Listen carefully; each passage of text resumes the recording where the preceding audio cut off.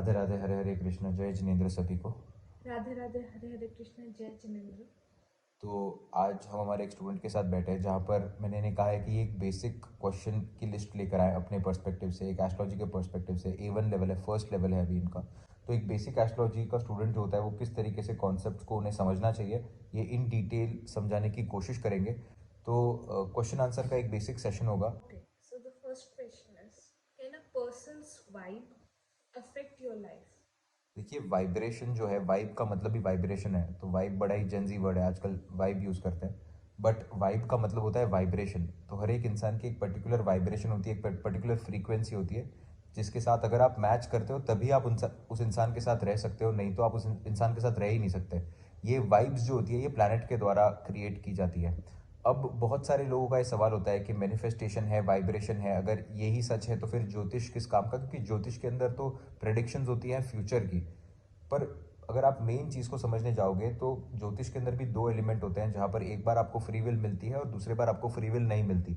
जैसे कि आपका किसी के साथ अच्छा रिलेशनशिप नहीं है और वो आपको दुख पहुंचाने की कोशिश कर रहे हैं, तो यहाँ पर हो सकता है आपके पास फ्री विल नहीं है, क्योंकि वो आपको दुख पहुंचा रहे हैं और आप कुछ कर नहीं सकते। बट आपको फिर से रिवेंज लेना है या नहीं लेना है, वो फ्री विल होती है आपकी। कि अगर आप डिसाइड करें कि आप वो रिवेंज नहीं लेंगे किसी से, तो आप अपने कार्मिक साइकिल से बाहर निकलने की कोशिश करते हैं। ये हमें ज्योतिष सिखाता है, ना कि सिर्फ और सिर्फ फ्यूचर प्रिडिक्शन के अंदर। बट आप अगर दूसरी साइड वाइब्रेशन की बात करें, तो हमारे वाइब्रेशन हमारे एक्शन से क्रिएट होते हैं और हमारे एक्शंस हमारे प्लैनेट्स पर डिपेंड करते हैं। तो ये एक इंटर रिलेटेड साइकिल है फर्स्टली। कि जैसे और थोड़ा अगर डिटेल में जाएंगे तो ऑफिस के अंदर एक बंदा होता है हमेशा, जिसको सारे लोग पसंद करते हैं, और एक होता है जिसे कोई पसंद नहीं करता। तो वाइब ज़रूरी नहीं है ना कि इतने सारे लोगों की किसी के प्रति गलत हो सकती है।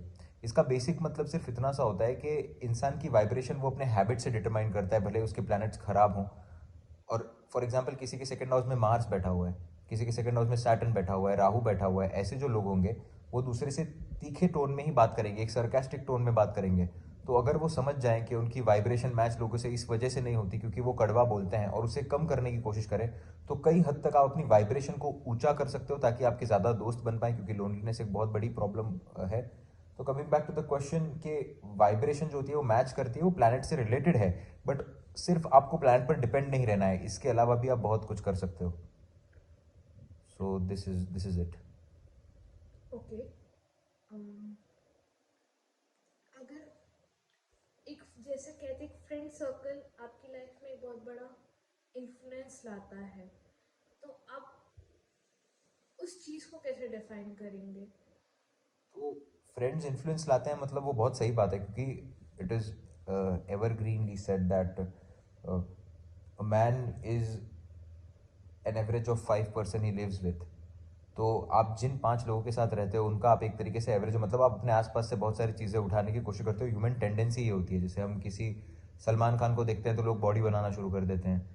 किसी सिंगर को आप देखते हो तो ऐसे लगता है इसके जैसा गाना है, आप उसके ऐसे गाना शुरू कर देते हो। स्टाइल, इंसान अपने आप में चमेलियन है, बदलते रहता है।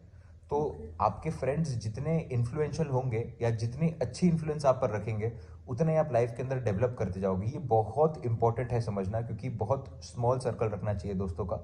क्योंकि आपको पता नहीं कि कौन आपसे जल रहा है और कौन आपसे नहीं जल रहा। और अगर आपसे जल रहा है तो वो नेगेटिविटी एक आपको देगा ही देगा जीवन के अंदर।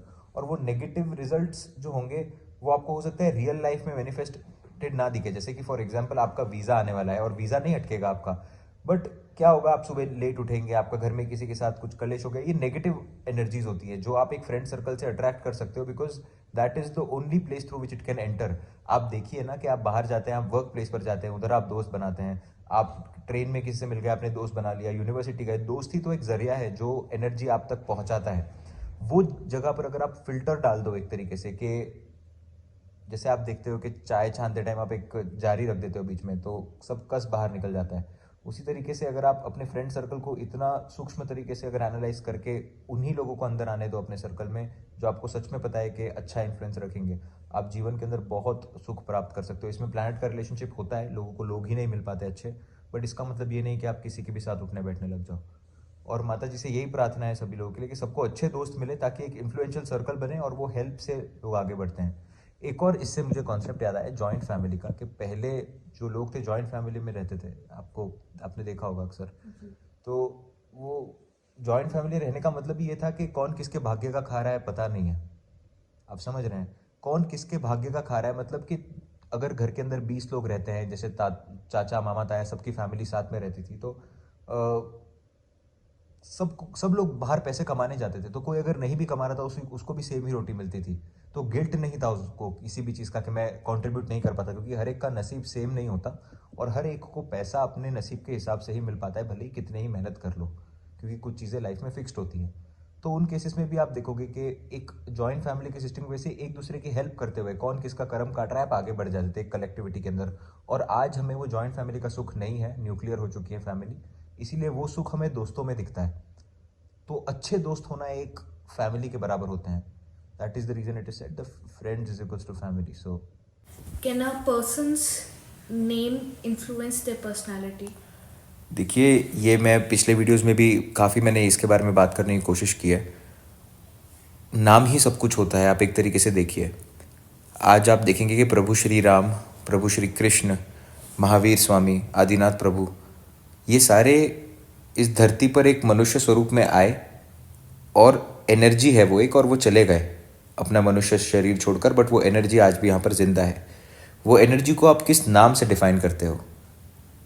राम, कृष्ण, ये जो नाम होता है ये उस एनर्जी का डेफिनेशन है, ये भगवान का नाम नहीं है। तो सबसे पहले समझना ये इंपॉर्टेंट है कि एनर्जी ही सब चीज़ में बसती है और नाम एक एनर्जी का फॉर्म है। तो आपको जिस भी नाम से पुकारा जाएगा उस नाम की एनर्जी आप जीवन भर कैरी करोगे। अब इसके अंदर इतनी सूक्ष्मता है कि हर एक नाम के अंदर एक बड़ा ही इंटेंशन छुपा हुआ है। जैसे कि मैं आपको एक एग्जांपल देता हूँ, किसी का नाम शिवम हो गया फॉर एग्जांपल, तो क्लियरली आपके दिमाग के अंदर देखकर पहला थॉट ही प्रभु शिव का आएगा और फिर बाद में आप उसके नाम तक भी पहुंचोगे। तो नाम का इतना बड़ा इन्फ्लुएंस और कनेक्शन है भगवान या उसके मीनिंग के साथ कि पहले आप उस शख्स से मिलते हो, उस मीनिंग से पहले मिलते हो, बाद में आप इंसान से मिलते हो। तो जब आपकी फीलिंग उस मीनिंग के थ्रू होकर पास होती है तो आपके मन में कहीं ना कहीं अच्छी फीलिंग ऑलरेडी या बुरी फीलिंग आ चुकी होती है। एग्जाम्पल लेते हैं कि किसी का नाम शिवम ही है, तो आप जब सुनते हो नाम तो, और अगर उसने टीका लगा दिया हो एक शिव जी का जो सिर पे लगाते हैं, जैसे आप शिव जी के यहाँ पर आप जो तिलक करते हैं वो आप अपने सर पर भी कर दीजिए और आपका नाम भी शिवम है, इंसान आपको तुरंत रिलीजियस मानने लग जाएगा। क्यों मानने लगेगा? क्योंकि वो एनर्जी और वाइब्रेशन शिव के नाम से होते हुए पास हुई है। तो अपने आप में जब लोग भगवान का नाम रखते हैं अपने बच्चों के ऊपर, तब एक बात समझने की यह है कि वो भगवान का इन्फ्लुएंस ला रहे हैं, पर वो भगवान की लाइफ भी एक तरीके से वो बच्चे में इन्फ्यूज़ करने का कोशिश कर रहे हैं। जैसे कि अगर आप किसी का नाम शिव रखोगे और कुंडली में केतु बली है, साधना में बहुत अच्छा कर पाएंगे वो लोग जीवन के अंदर। किसी का नाम अगर आप प्रभु श्री राम रखोगे, राम अगर किसी का नाम रख दिया एग्जाम्पल, तो सूर्य अगर कुंडली में बली होगा वो और बल की स्थिति में आएगा, वो और अच्छे स्थिति में आएगा। तो कुंडली के अंदर आप प्रभु का नाम अगर रख रहे हैं तो आप एक बहुत बड़ा पुण्य का काम कर रहे हैं कि प्रभु के नाम को आप आगे चला रहे हैं। पर एक बात को याद रखें कि प्रभु की भी एक लाइफ है, वो लाइफ के कुछ सिग्निफिकेशन आप अपने आप से जोड़ देंगे। तो ये एक नया कॉन्सेप्ट है जो आपके आंसर के थोड़ा सा लेफ्ट चले गया, but I try to just take it off. बट ये समझना बड़ा ही इंपॉर्टेंट है कि नाम जो होता है वो आपकी एनर्जी को कैरी करता है। और वो अगर आप आज के सिनेरियो में देखें, जैसे कि आपका नाम दृष्टि है, तो अब दृष्टि का मतलब होता है नयन, आंखें, किस तरीके से आप दृष्टि देख किस तरीके से रहे। जैसे आप कहते हैं कि किसी का दृष्टिकोण कुछ और हो सकता है, दृष्टिकोण का मतलब पर्सपेक्टिव बेसिकली। तो दृष्टि ये नाम शुक्र का है, ये नाम कंप्लीटली शुक्र का है। तो आप देखेंगे कि आपकी जो बर्थ डेट है उसके अंदर कहीं ना कहीं आपको शुक्र का इन्फ्लुएंस देखने मिलेगा, या फिर आपको अपने जन्म कुंडली के अंदर कहीं ना कहीं शुक्र का काफ़ी अच्छा इन्फ्लुएंस देखने मिलेगा। अभी हम आपसे पहले मिले नहीं हैं, हम नए हैं और सडनली यहाँ पर मुलाकात हो गई, इसीलिए हम ये सेशन कर रहे हैं। तो हमें आपका बर्थ डिटेल्स वगैरह कुछ पता नहीं है। तो अब हम आपसे सिर्फ बेसिक पूछना चाहेंगे कि किस तरीके से अगर शुक्र का देखते हैं कि इन्फ्लुएंस बर्थ डे या फिर भाग्यांक में, मूलांक में आता है नहीं आता है, एक सेशन हो जाएगा। तो बताइए आपका बर्थ डेट क्या है? जी, मेरा birth date 6th of February 2004 है। तो देखिए अभी यही तो, अभी देखिए आप एस्ट्रोलॉजी के अंदर नए नए आए हुए हैं, तो अब हम आपको उतना डिटेल में नहीं बता पाएंगे, बट एक बेसिक समझने की कोशिश करिए। 6 जो नंबर है अपने आप में ही शुक्र का नंबर है, इसीलिए मुस्कुराहट से निकल गई थोड़ी, क्योंकि आप समझिए कि 6 जो नंबर है ये नंबर ही शुक्र का है, नाम भी शुक्र के ऊपर जा रहा है। तो कुंडली के अंदर आपको शुक्र बली देखने मिलेगा। ये एकदम बेसिक सिनेरियो है। अब बली का मतलब ये नहीं कि पॉजिटिव ही हो, ये नेगेटिव भी हो सकता है, पॉजिटिव भी हो सकता है, but it is in a powerful position. That is what it means. तो दृष्टि नाम में ही सब कुछ है। आप देख रहे हैं वो न्यूमरोलॉजिकली भी आपको नाम जाएगा, वो प्लैनेट भी कुंडली में आपको बली तरीके से देखने मिलेगा, वो भगवान की तरफ आप अट्रैक्ट होंगे। सब कुछ आपके नाम पर निर्भर करता है। किसी का नाम अगर आपने अफजल खान देख लिया होगा, तो किसी का नाम फॉर एग्जाम्पल पाकिस्तान में ही है, किसी का नाम अफजल खान, तो आपको अफजल खान की स्टोरी पता है। अब वो कितना भी अच्छा हो, एक बार वो फिल्टर पास होगा आपका, जिसके अंदर से आप अफजल खान के थ्रू ही उस आदमी को देख पाओगे। इसीलिए नाम एक एनर्जी कैरी करता है कि भगवान तो चले गए, बट उनकी एनर्जी आज तक हम उनके नाम के स्वरूप में गाते हैं। जैसे राम राम राम का जाप करते हैं, राधे राधे राधे राधे, कृष्ण कृष्ण कृष्ण, आदिना दादा आदिना दादा आदिना दादा। तो वो एनर्जी है बेसिकली। तो आपको भी लोग एक एनर्जी से बुलाएंगे। तो अगर आप चाहते हैं कि वो एनर्जी पॉजिटिव हो, तो कुंडली देखकर अच्छे से सारे नक्षत्रों को जांच कर, क्या पॉजिटिव है क्या नेगेटिव है, क्या ज़्यादा काम करेगा जीवन में, क्योंकि हर चीज़ काम नहीं करेगी, नाम नेगेटिवली भी काम करेगा, है ना। तो वो देखते हुए जो सबसे ज़्यादा पॉजिटिव ऐसे नाम चूज करना चाहिए। सो 110% the name of the person affects the life, because भगवान को वो अफेक्ट करता है, तो हम भगवान के स्वरूप है, हमें भी अफेक्ट करते हैं। हम आजकल एक ट्रेंड ऑब्जर्व करें, western names, English names and बहुत से वक्त माता पिता के इनिशियल्स का एक कॉम्बो। तो आपके विचारों में ये सही है या गलत? देखिए, सबसे पहले इस पे ये समझना ज़रूरी है कि आजकल जैसे आपके पेरेंट्स हैं, हमारे पेरेंट्स जो 40 45 50 इयर्स ओल्ड लोग हैं, 50 55 के रेंज में जो भी हैं, ये एक ऐसे टाइम पर इनका जन्म हुआ है कि इनके पेरेंट्स इन पर ध्यान नहीं दे पाए, बिकॉज फाइनेंशियल डेवलपमेंट कंट्री की तब चल रही थी। तो आप देखेंगे, आप जब हम अपने पेरेंट्स से पूछेंगे, बहुत कम आपको ऐसे पेरेंट्स मिलेंगे जिनके नाम सही तरीके से नक्षत्रों पर या फिर स्ट्रॉन्गेस्ट प्लैनेट पर या सारी चीज़ें देख कर रखे गए हैं। नहीं तो आप देखेंगे मोस्टली माँ बाप के नाम इस तरीके से रखे गए हैं जैसे कि बस एक चुटकी बजाए और नाम रख दिया, और वही नाम का आप इनिशियल्स लेकर आप अपने बच्चे का नाम रख रहे हैं। मतलब आप वही एनर्जी को पहली बात तो कैरी फॉरवर्ड कर रहे हैं, जो अपने आप में ही सही नहीं है। अभी अर्ध नाम का कोई शास्त्र नहीं होता, सबसे पहली बात प्रमाण ही नहीं है इस चीज़ का कि आपका नाम आधा कोई मीन करेगा। जैसे कि आपका नाम जैसे दृष्टि है, तो द्रि का मतलब क्या हो गया और ष्टि का मतलब क्या हो गया, जब ये दो वर्ड आकर मिलते हैं तब ये नाम बनता है बेसिकली। अपने आप में इनका कोई महत्व नहीं, कोई मतलब नहीं। उसी तरीके से अगर आप अपने पेरेंट्स का इनिशियल्स निकाल कर पहले तो उसका नाम बना दोगे, तो पहली बात तो कोई छवि ही दिमाग के अंदर नहीं आ पाएगी। जैसे हम कह रहे थे कि शिव जो है, शिवम किसी का नाम है तो शिव की छवि आती है। किसी का नाम आप कृष्ण रख दो, कृष्ण भगवान की छवि आती है। नाम का कोई मतलब ही नहीं, क्योंकि आपका ही नाम सही तरीके से नहीं रखा गया। और फिर बच्चे का नाम आप उस पर रख दो और कोई एनर्जी आ ही नहीं पाए। जैसे कि एक नाम है, किसी ने तो रखा था और हमारे क्लोज सर्कल में ही रखा था, तो हम अब अगर नाम तो याद आ चुका है पर बोल नहीं सकते, क्योंकि अभी रियलाइज हुआ है कि बोलेंगे तो उनको पता ये। पर बेसिकली जैसे कि एक नाम है, ठीक है, सडनली दिमाग, कियान। कियान ये नाम है, अभी इसका मतलब क्या है कियान का?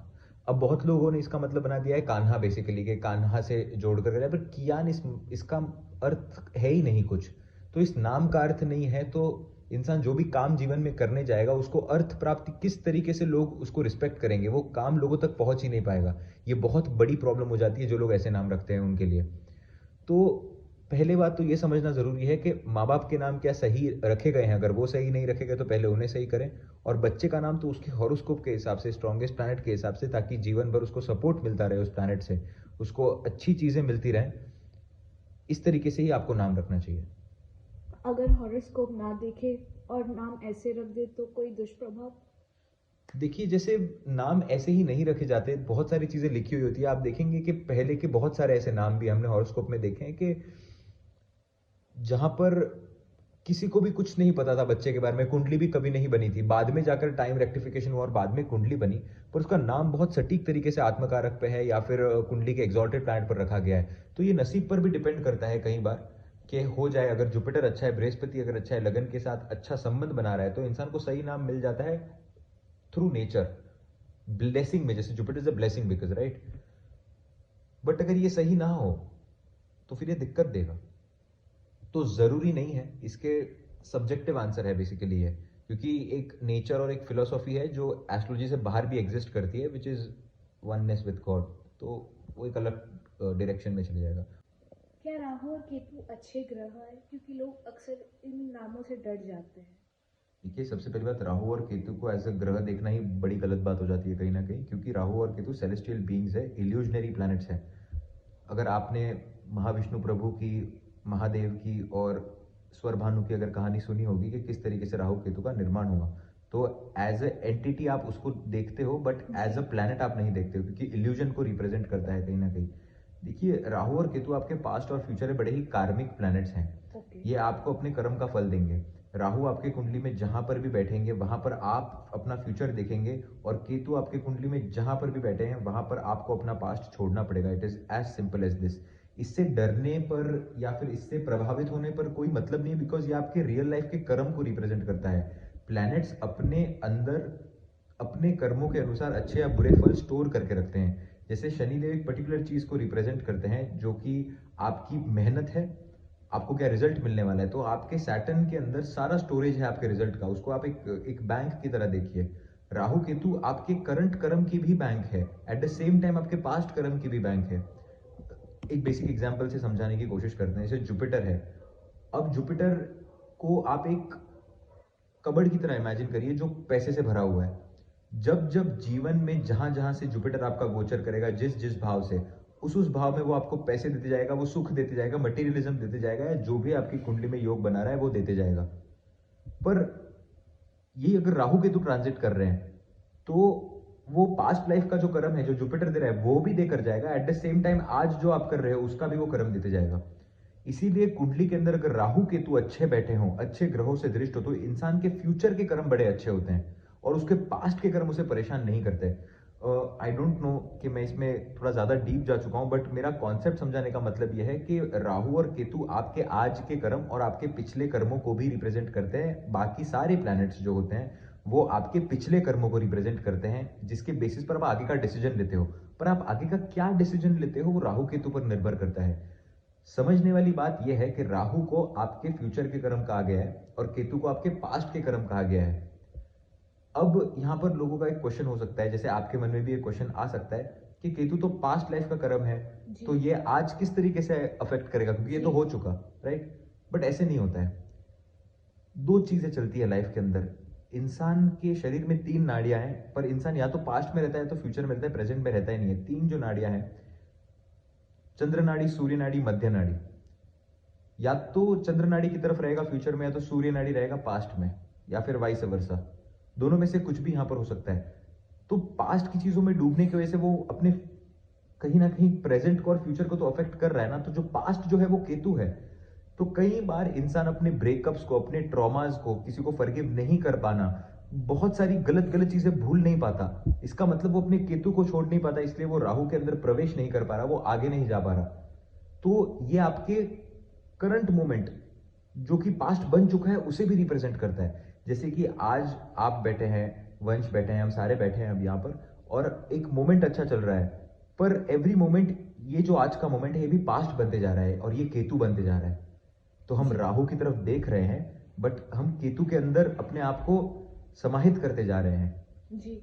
उसी तरीके से समझने वाली बात यह है कि केतु को सही करना जरूरी है, नहीं तो आप अपने पास्ट के जो भी ट्रॉमास है वो भूल नहीं पाएंगे। जितना पास्ट के ट्रॉमास भूल नहीं पाएंगे उतना फ्यूचर में नहीं जा पाएंगे। तो राहु केतु को अच्छा आप कर सकते हैं इस जीवन के अंदर, और हम पर निर्भर, ऑफ कोर्स आप पर बहुत कुछ डिपेंड करता है कि किस तरीके से आप इन चीजों को जीवन के आचरण के थ्रू बदल सकते हैं।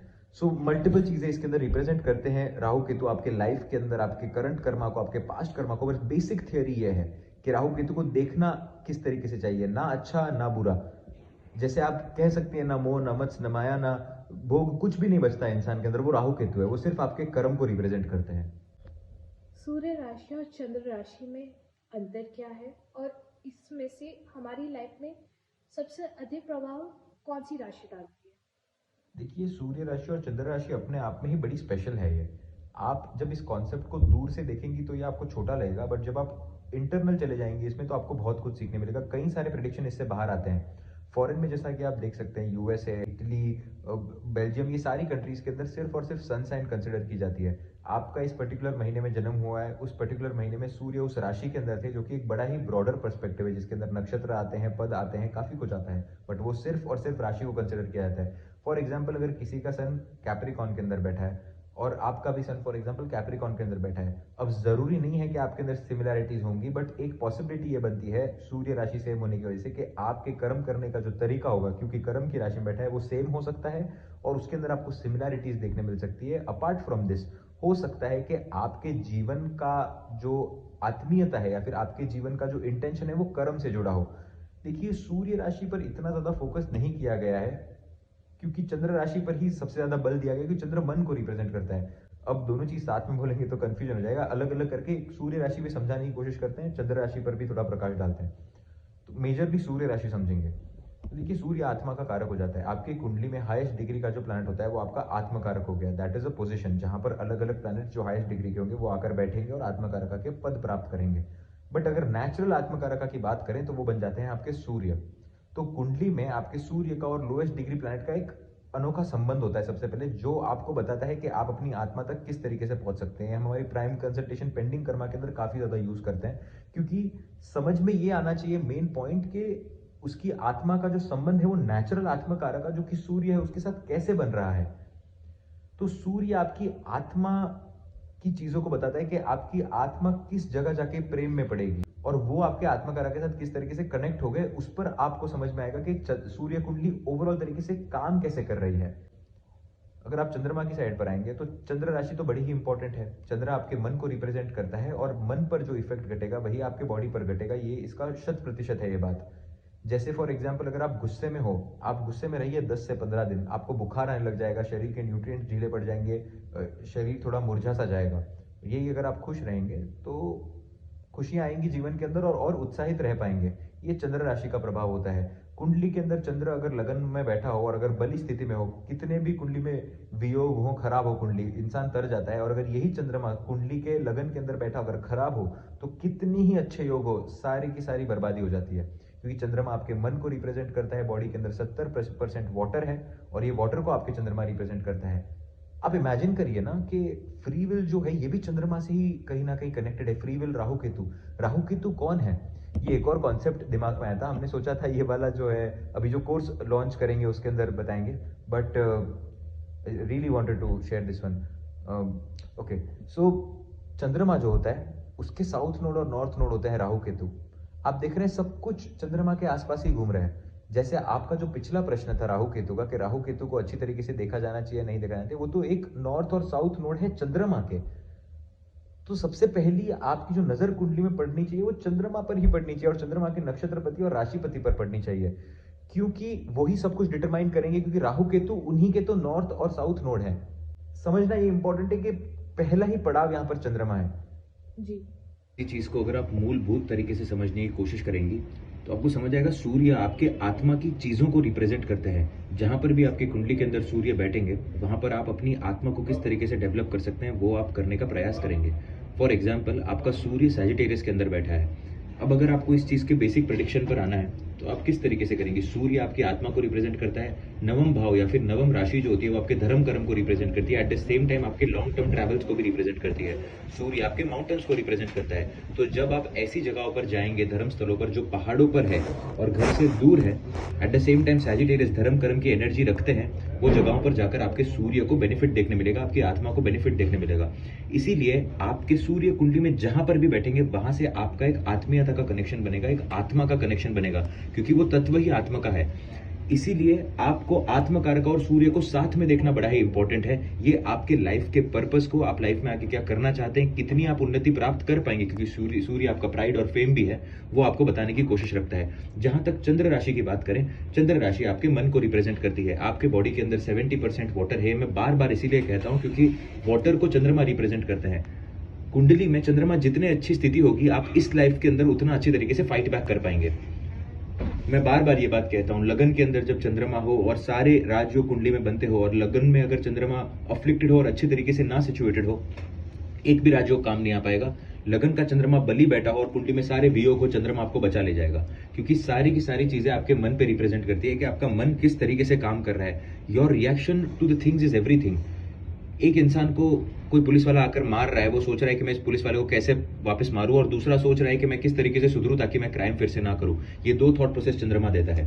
ये दो थॉट प्रोसेस इंसान के आगे का जीवन चेंज कर सकती है। Your reaction towards the things which are happening to you. इसीलिए चंद्रमा जो है वो आपकी फ्री विल को भी बताता है। जितना बली कुंडली में चंद्रमा, उतनी ज्यादा आपकी फ्री विल होती है, क्योंकि उतना ज्यादा आप एक्सप्लोर करना चाहते हो। भगवान ने जीवन के अंदर एक कर्म लिख लिया कि आपको आकर एक जगह पर आकर बिठा दिया।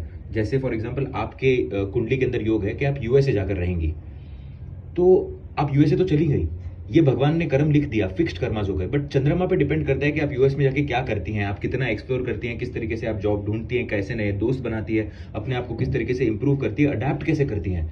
तो चंद्रमा आपके फ्री विल को रिप्रेजेंट करता है। चंद्रमा आसमान के अंदर छोटे और बड़े होते जाते हैं रेगुलर बेसिस पे, जैसा कि आप देखते हो, राइट। तो वो फ्री विल है ना, चंद्रमा की फ्री विल है, उसके अंदर एक डिसिप्लिन, एक सिस्टमैटिक वे है, बट उसके अंदर भी एक फ्री विल है। आप समझ रहे हो, आपका मन और मूड ऊपर नीचे होता रहता है, तो मूड को आप मैनेज कर सकते हो। Moon is the things which you can manage. हमेशा इंडियन फिलोसॉफी जो रही है वो चीजों को बेहतर बनाने पर रही है। इंडियन और वेस्टर्न एस्ट्रोलॉजी के बीच में एक ही डिफरेंस आपको नजर आएगा, वेस्टर्न एस्ट्रोलॉजी जो होती है वो रेमेडीज पर कम बात करती है और एस्ट्रोलॉजी और फ्यूचर प्रेडिक्शंस पर ज्यादा बात करती है कि ये होने वाला है। इंडियन एस्ट्रोलॉजी हमेशा अपने आप को बदलने के बारे में, एट द सेम टाइम अपने आप को किस तरीके से आप एक फॉरवर्ड एरिया के सेक्शन में लेके जा सकते हो, स्पिरिचुअलिटी के नजदीक लेकर जा सकते हो, उसके बारे में बात करती है। तो ये मेजर डिफरेंस है एक्चुअली इंडियन और वेस्टर्न एस्ट्रोलॉजी में। और जैसा कि आप समझ सकते हैं, सूर्य आपकी आत्मा का कारक है और चंद्रमा आपके मन का कारक है।